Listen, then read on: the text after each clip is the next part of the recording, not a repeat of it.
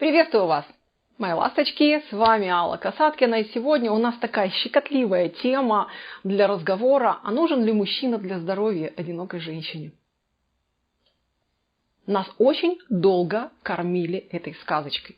Я помню, как я сидела на кухне со своей приятельницей, которая года 3 уже как развелась, и как ее мама распекала ее в моем присутствии, пыталась меня призвать себе в союзники. Ну скажи ты ей, она ж без мужика тут загнется, хоть для здоровья какого-нибудь мужика завести надо.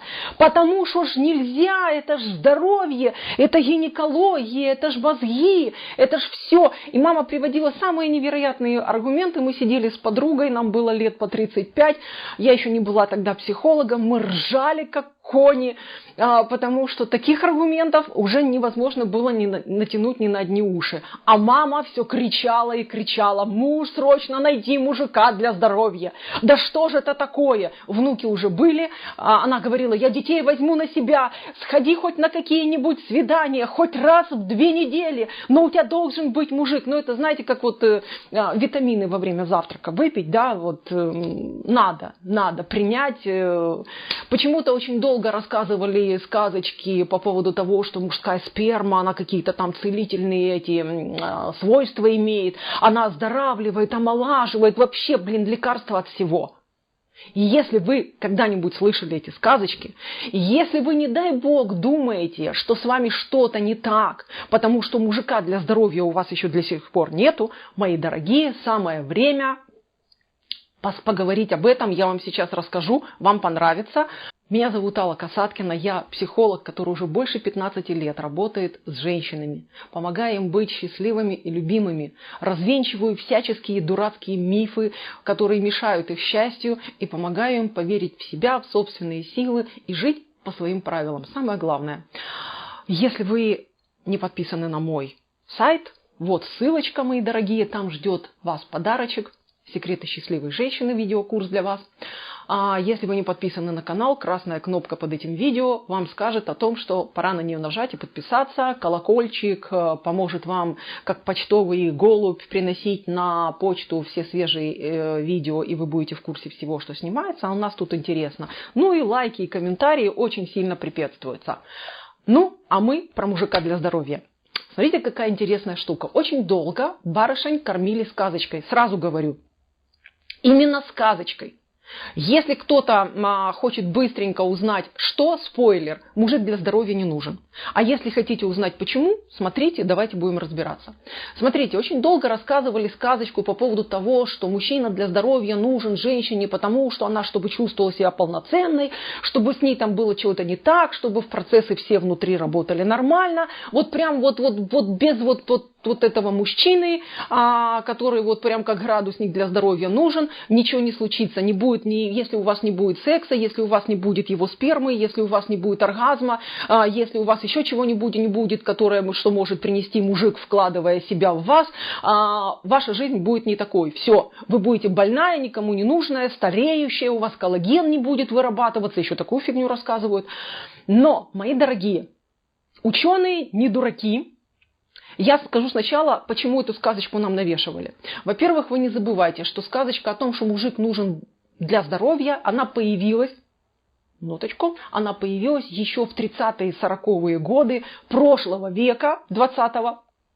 Почему? Да потому что количество разводов, тогда развестись было очень легко, и сдержать семью как ячейку общества было очень сложно. Поэтому для того, чтобы женщины хватали и рожали новое поколение, новую трудовую силу, государство манипулятивно запустило вот эту фигню в массы. Мужик нужен для здоровья. Но чем его, удержать, если он не держится? Ну, хоть так, держись за него.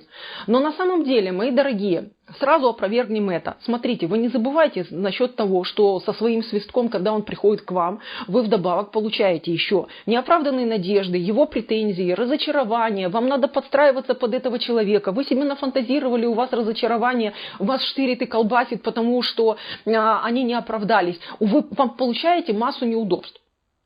Ученые доказали, ценность мужской спермы для здоровья женщины, для выработки коллагена, для поддержания в состоянии молодости, для всего-всего-всего сильно преувеличена.